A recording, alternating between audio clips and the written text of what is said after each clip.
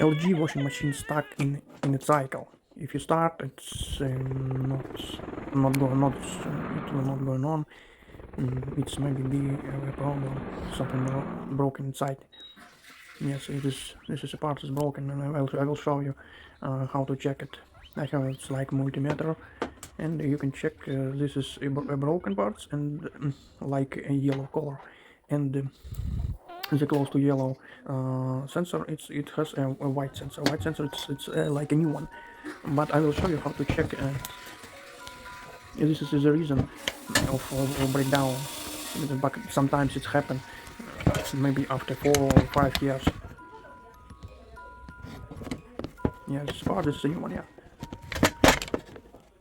it's not comfortable to show the video and to take the video because it's a difficult alone to do that.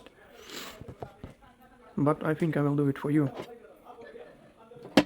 Yes, I'm located in Vancouver, and if you want, maybe if you in your house has some problem with a household appliance, I will come to and I will fix it, and no problem.